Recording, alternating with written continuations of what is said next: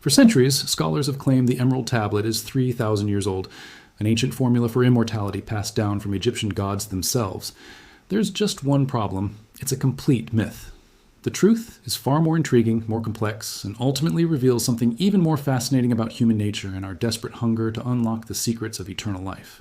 This mysterious text that captivated the greatest minds in history, that drove emperors to fund unlimited research, that consumed the final 3 decades of Isaac Newton's life, didn't originate in the temples of ancient Egypt. It emerged in the medieval Islamic world, hidden within Arabic manuscripts that were themselves copies of lost originals. And what it actually says about achieving immortality will challenge everything you thought you knew about this legendary artifact. The story begins with a fundamental deception. For roughly 800 years, the Western world has believed in the existence of an ancient emerald tablet inscribed with the secrets of the universe. Explorers claim to have searched for it in tombs. Historians documented sightings. Occultists built entire philosophical systems around its supposed teachings. Yet not a single person has ever actually held this tablet. Not one. No archaeologist has excavated it. No museum displays it. No university preserves it in a vault. The tablet itself has never existed outside the realm of legend and imagination. What does exist, however, is far more intriguing. A cryptic text of approximately 24 lines, attributed to a figure named Hermes Trismegistus, passed down through Islamic scholars, translated into Latin by medieval translators, and subsequently seized upon by the most brilliant minds of Western civilization as the key to understanding reality itself. The deception surrounding its age is the first layer we must peel back. When scholars claim the Emerald Tablet dates back 3,000 years, they are not basing this on evidence.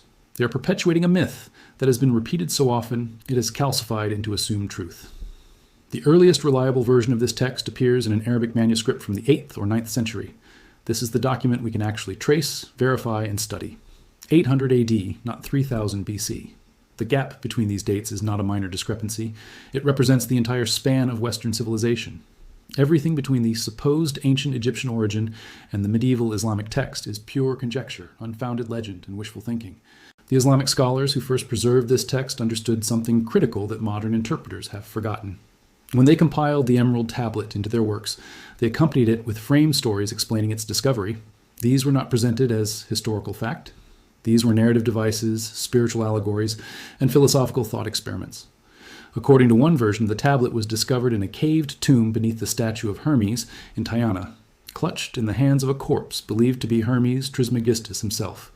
According to another legend, it was Seth, the third son of Adam and Eve, who originally wrote it.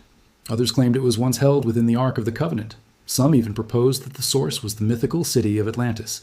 These stories were never intended to be factual histories. They were the ancient equivalent of a framing device, a way to give spiritual weight to philosophical concepts.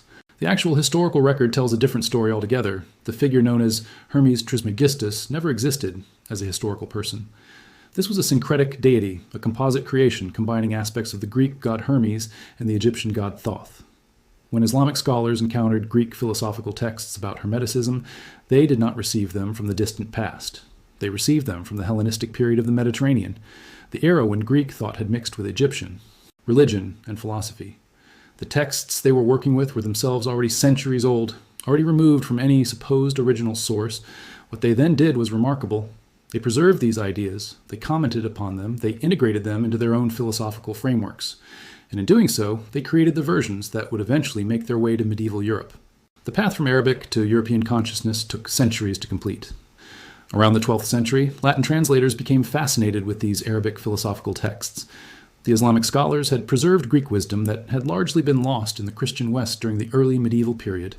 A translator named Plato of Tivoli, an Italian mathematician and astronomer working in Barcelona sometime between 1134 and 1145, made the crucial decision to translate this mysterious text from Arabic into Latin. It was not a direct translation from the original Egyptian nor from ancient Greek sources.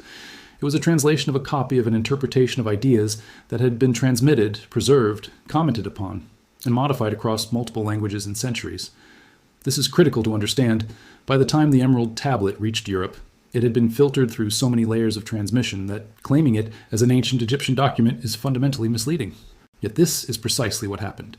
European alchemists seized upon this newly discovered text and declared it the foundational wisdom of their discipline. They called it the cornerstone of Western alchemy. They treated it with religious reverence. They studied it obsessively, searching for hidden meanings in every line, every word, every letter, and even the spaces between words. The Latin translation that circulated most widely became known as the Vulgate version, and it was this text that shaped European thought for the next several centuries. A manuscript preserved in the British Library, catalogued as Arundel MMS 164, contains one of these Vulgate versions, dating from the medieval period. This document represents not ancient wisdom, but medieval interpretation, medieval translation, medieval spirituality imposed upon texts whose original context had been lost to history. The scholars who handled these texts were not merely translating words, but performing acts of cultural appropriation and recontextualization, taking materials from one tradition and grafting them onto the assumptions and expectations of another. The reason this distinction matters is not merely academic pedantry. It matters because the entire narrative we have constructed around the Emerald Tablet is built on this fundamental misrepresentation of its age and origin. When scientists and philosophers adopted this text, when Newton spent 3 decades translating and studying it, when emperors funded unlimited research in its pursuit, they were doing so under the false belief that they were unlocking secrets from the distant past. They believed they were accessing wisdom from an advanced ancient civilization, ideas that had survived millennia, truths preserved by pharaohs and Egyptian priests. In reality, they were engaging with medieval Islamic thought, with Hellenistic Greek philosophy, with interpretations and reinterpretations that had accumulated over centuries of transmission. They were studying their own intellectual heritage, but they believed they were accessing something far older and more exotic. This brings us to the actual content of the Emerald Tablet, which is where the real mystery deepens. The text is cryptic, intentionally obscure, written in the language of alchemy and Hermetic philosophy. It does not read like an ancient manual or a scientific treatise. It reads like poetry, like riddles, like spiritual instruction. The most famous line, the one that has echoed through 5 centuries of Western thought, comes from the second verse. That which is above is like to that which is below, and that which is below is like to that which is above. This single line has spawned countless interpretations, spawned entire philosophical systems, been condensed into the modern phrase, as above so below, which has become a defining mantra of contemporary esoteric spirituality. But here's where the translation deception takes on new dimensions. The Latin version that reached Europe, the one that Newton translated, the one that shaped all subsequent Western interpretation, renders this line as like to. But the original Arabic text uses a different construction. It says from rather than like to. This is not a trivial semantic distinction. Like to suggests analogy, similarity, correspondence. From suggests emanation, causality, an actual link between planes of reality. The Arabic version implies that the universe itself operates on principles, where higher realms create lower ones, where cosmic forces literally emanate downward and feed upward in return. The Latin version softens this into a statement about resemblance and metaphorical correspondence. Newton, working from the Latin, chose analogy over causality. He softened the axiom even further. And the Western tradition has perpetually studied a diluted version of concepts they believed were ancient but were actually medieval. The philosophical implications of this teaching, whatever its origin, fascinated generations of thinkers. They read into it a profound truth about the universe, that patterns repeated at every scale. What happened in the heavens happened on earth. What occurred in the macrocosm, the great universe, mirrored what occurred in the microcosm, the individual human being. The movements of planets reflected movements within the body. The cycles of stars matched the cycles of human consciousness. This was not merely mystical fancy. This was a genuine philosophical framework that influenced how educated Europeans understood reality itself. Long before modern fractals and self-similar patterns in mathematics, the Emerald Tablet suggested that nature operated through repetition and correspondence across scales. In this sense, the text possessed a kind of proto-scientific intuition, even if it dressed this intuition in occult language. Yet the central claim that attracted the most obsessive attention was not about cosmic correspondence or philosophical enlightenment. It was about immortality. The Emerald Tablet promised, or was believed to promise, a formula for eternal life, not through spiritual transcendence or religious salvation, but through actual physical means, through alchemical transformation, through the creation of something called the Philosopher's Stone, a legendary substance with miraculous properties. According to alchemical tradition, the Philosopher's Stone could transmute base metals into gold. More importantly, it could grant whoever possessed it freedom from death itself. It could bestow immortality upon its creator. This is what drove the obsession. This is what consumed the lives of countless individuals across centuries. Not abstract philosophy or metaphysical speculation, but the concrete promise of eternal life. The legend of Nicholas Flamel encapsulates the power of this belief. Flamel was a scribe and bookseller in Paris during the medieval period, and according to legend, he succeeded where countless others failed. He deciphered the Emerald Tablet. He understood its secrets. He gathered the necessary materials. He performed the alchemical operations. And he created the Philosopher's Stone. According to the accounts, Flamel did not die in 1418 when he was supposedly buried. Instead, he disappeared into legend, having achieved immortality through his alchemical breakthrough. His wife Perenelle supposedly achieved the same state. The two of them, some accounts claim, continue to exist somewhere in the world, ageless and eternal, proof that the Philosopher's Stone is not merely theoretical, but actually achievable. Whether any of this is true is irrelevant to understanding the power of the myth. For centuries, alchemists pointed to Flamel as evidence that immortality was possible, that the secrets of the Emerald Tablet could actually be decoded and implemented. Holy Roman Emperor Rudolph II believed enough in this possibility that he assembled Europe's finest alchemists at his court, provided them with unlimited resources, and told them to create the Philosopher's Stone. He gathered John Dee, the brilliant and eccentric mathematician and occultist. He brought Edward Kelly, the controversial alchemist with a reputation for both genius and deception. He assembled the greatest minds of his era and gave them everything they needed, except the one thing that actually mattered: the ability to transmute matter in ways that violated the fundamental laws of nature. These researchers would spend their lives chasing the impossible, guided by a medieval text that promised what the physical universe could not deliver. Yet their pursuit was not wasted. In their laboratories, while searching for the Philosopher's Stone, they developed new chemical techniques, discovered new elements and compounds, advanced the science of chemistry itself. They were simultaneously engaged in pseudoscience and protoscience, pursuing the impossible, while creating the tools that would eventually make the impossible slightly more possible in other domains. Then came Isaac Newton, perhaps the greatest scientific mind in human history, the man who would formulate the laws of motion and universal gravitation, the founder of modern physics and calculus, spent the final 30 years of his life studying alchemy and translating the Emerald Tablet into his native language. This is not metaphorical. We have his papers, we have his notebooks, we have his translation of the Emerald Tablet, rendered into English from the Latin versions that circulated during his time. Scholars have spent centuries trying to understand why. Why would Newton, having already achieved lasting glory through his scientific work, dedicate himself to the pursuit of alchemy? Some historians argue that Newton was compartmentalizing, that his alchemy was completely separate from his science. Others suggest that Newton believed the secrets of the Emerald Tablet might illuminate principles of nature that his existing frameworks could not explain. Still others propose that Newton saw alchemy not as separate from science, but as the same fundamental inquiry expressed in different language. The truth may be simpler and more profound. Newton lived at a moment in history when the distinction between science, philosophy, and spirituality was not yet rigidly defined. The scientific method was still emerging. The boundaries between disciplines were porous and permeable. Alchemy represented not merely the pursuit of transmutation, but a comprehensive philosophical framework for understanding how matter, energy, and transformation worked at the deepest levels of reality. The Hermetic principle of as above, so below suggested that the same principles governing celestial mechanics might govern chemical reactions, that the laws of the cosmos might be reflected in the laboratory. Newton spent 30 years exploring whether this correspondence was real or merely metaphorical. He never published his conclusions. He never claimed to have created the Philosopher's Stone. But his engagement with these texts and ideas shows that the Emerald Tablet's influence extended even to those who would ultimately revolutionize human understanding of the physical world itself. What Newton and countless other researchers failed to realize was that the Emerald Tablet was not actually instructing them on how to create the Philosopher's Stone.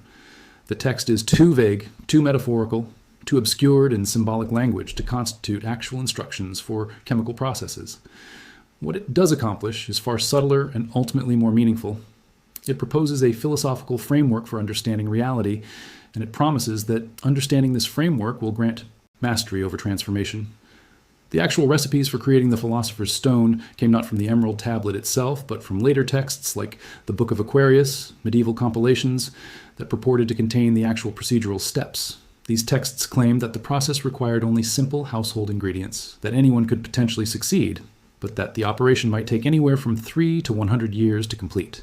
The promise was always just out of reach, always dependent on factors beyond the practitioner's control, always suggesting that failure was simply the result of insufficient patience or imperfect technique. The Islamic scholars who originally preserved these texts understood their nature differently than the Europeans who later adopted them. In the Islamic intellectual tradition, alchemy was understood as both a material and spiritual discipline. Creating the Philosopher's Stone involved not just chemical operations, but spiritual transformation. The practitioner had to purify themselves morally and spiritually while simultaneously performing the laboratory work. It was a complete philosophy of human development, not merely a recipe for wealth or immortality. The text attributed to Balanas, a 9th century Islamic scholar, explicitly states that the Emerald Tablet contains instructions for becoming conscious of the divine, for developing awareness beyond death. The Book of Breathings, supposedly one of the scrolls associated with the teachings, provided instruction on how to develop consciousness in such a way that it could survive beyond physical death. This is a spiritual achievement, not a physical one, though the metaphorical language makes the distinction deliberately ambiguous. The European alchemists, however, were often looking for something far more literal. They wanted to actually turn lead into gold. They wanted to actually achieve physical immortality. They wanted tangible results that they could measure, observe, and profit from. This created a fundamental misunderstanding of what they were studying. They were reading spiritual and philosophical texts through the lens of material ambition. They were seeking literal instructions in texts that operated through layers of metaphor and symbol. And yet, this misunderstanding produced something remarkable. It drove them to experiment, to develop new laboratory techniques, to systematize the study of matter and its transformations. In failing to create the Philosopher's Stone, they created modern chemistry. The concept of the Philosopher's Stone itself deserves examination.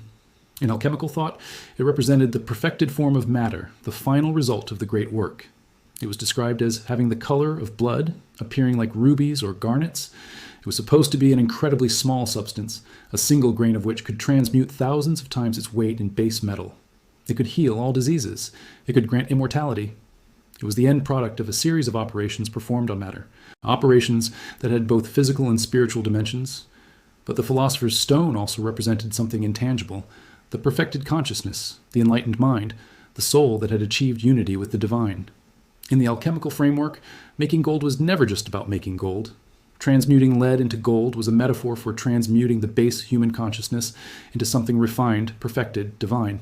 This philosophical sophistication is often lost in modern interpretations of alchemy. Contemporary commentators frequently dismiss alchemy as simply the pursuit of wealth through transmutation, treating it as primitive chemistry or outright fraud. Yet the alchemical texts themselves consistently suggest that the material operations were secondary to the spiritual transformation. The Emerald Tablet's cryptic lines about the working of the sun, the references to sun and moon operating together, the emphasis on separation and recombination of elements, these all point toward a comprehensive philosophy of transformation that encompasses the physical, psychological, and spiritual dimensions of human existence simultaneously. One alchemist is reported to have used his own urine in his experiments and ended up with a glowing substance that he believed possessed life force, which he subsequently sold. Whether this story is true or merely illustrative, it captures the desperation and the genuine experimentation that drove the alchemical pursuit. By the Renaissance, the European fascination with the Emerald Tablet and the Philosopher's Stone had become well established. The 1541 Nuremberg edition of Chrysogonus Polydorus's work on alchemy, which included an influential version of the Emerald Tablet, became the standard reference text for centuries. This was the version that circulated most widely, the one that shaped subsequent interpretation, the one that most educated Europeans encountered, if they encountered any version at all. The 1541 date is significant because it places the text firmly in the early modern period, centuries after the original Arabic preservation, and nearly 5 centuries removed from even the medieval Islamic origins. By this point, the text had been copied, translated, interpreted, and reinterpreted so many times that the line between original content and accumulated commentary had become hopelessly blurred. Yet despite this extreme distance from any genuine ancient source, the Emerald Tablet maintained its reputation as ancient wisdom. This is the persistent deception at the heart of our story. As the centuries passed and scholarship advanced, scholars had ample opportunity to acknowledge that the tablet was medieval, not ancient. They could have been honest about the dating. They could have corrected the record. Instead, the myth of its antiquity only grew stronger. Books were written claiming to decode the Emerald Tablet's messages about the structure of the universe. Occultists incorporated it into their systems. Esotericists built entire cosmologies around its supposed ancient teachings. The deception became self-perpetuating. Each generation that accepted the ancient dating passed it on to the next generation, and the false premise became accepted as established fact. The modern era has not fundamentally changed this dynamic, despite our much greater capacity for historical research and verification. The Emerald Tablet continues to circulate in contemporary spirituality, in New Age movements, in occult circles, and in esoteric traditions. The phrase "as above, so below" has become perhaps more popular than ever, appearing in books about the law of attraction, in discussions of manifestation, in contemporary spiritual teaching. Most people who encounter this phrase have no idea of its origins. They do not know that it comes from a medieval Islamic text. They do not know that the original Arabic means something subtly different than the Latin version. They do not know that the entire concept is not ancient Egyptian wisdom, but medieval philosophical thought. They simply accept it as one of the mystical principles of the universe, passed down from antiquity, verified by time and tradition. The irony is profound. We have created an elaborate mythology around a text that is itself composed of layers of mythology. We have built a narrative about the ancient past on foundations of medieval interpretation. We have attributed timeless wisdom to sources that never existed. We have searched for physical artifacts that were never physical, and in doing so, we have somehow created something real, a philosophical framework that genuinely influences how people think about reality, about transformation, about the correspondences between different levels of existence. The Emerald Tablet may not be 3,000 years old. It may not contain actual instructions for creating the Philosopher's Stone. It may not be genuine ancient Egyptian wisdom, but it has become genuinely influential. It has shaped the development of Western thought. It has inspired scientific and spiritual research. It has provided a conceptual foundation for understanding the universe in ways that have proven surprisingly durable. This is the real story of the Emerald Tablet. Not the story of ancient revelation or hidden wisdom passed down from pharaohs and gods, not the story of a magical artifact waiting to be discovered, but the story of how human beings across centuries and cultures have engaged with texts and ideas, have reinterpreted them, have found meaning in them, have built their understanding of reality around them. The Emerald Tablet is ultimately not about immortality, not about transmuting. Lead into gold, not about unlocking the secrets of the universe through ancient formulas. It is about humanity's persistent belief that such things are possible, our unwillingness to accept the limitations of mortality, our drive to find meaning in existence through understanding and transformation. The text matters not because it is ancient, but because it has endured, not because it contains secrets, but because each generation believes it might contain the secrets they desperately need. The medieval Islamic scholars who first preserved these philosophical teachings did us a remarkable service, even if they were not merely preserving ancient texts, but creating new compositions, drawing on older ideas. The medieval Latin translators who brought these teachings to Europe performed acts of genuine intellectual courage, introducing their civilization to ideas that challenged existing frameworks. The European alchemists who pursued the Philosopher's Stone, even though they were chasing an impossible dream, advanced the science of chemistry and deepened human understanding of matter and transformation. Isaac Newton's engagement with the Emerald Tablet, despite yielding no discoveries of transmutation, demonstrated that the greatest minds in history saw value in exploring these philosophical frameworks, and the modern interpreters who continue to find meaning in "as above, so below," whether they understand its origins or not, are participating in the same human endeavor that has driven civilization forward. The search for understanding, for meaning, for transformation. The real formula for immortality, if there is one, is not hidden in the Emerald Tablet. It is not a physical substance that can be created in a laboratory. It is not a technique that can be mastered through study. It is the simple fact that ideas persist, that knowledge passes from one generation to the next, that meaning is created and sustained through engagement and interpretation. The Emerald Tablet lives on not because it is ancient, but because people continue to find resonance in its cryptic lines. The Philosopher's Stone is real as metaphor, as symbol, as a representation of the perfected consciousness that each generation seeks to achieve. The immortality promised by these teachings is the immortality of thought itself, the continuation of inquiry and understanding across time. This was the true secret hidden within the text all along. Not ancient wisdom, but the timeless human capacity to create meaning, to transform understanding, to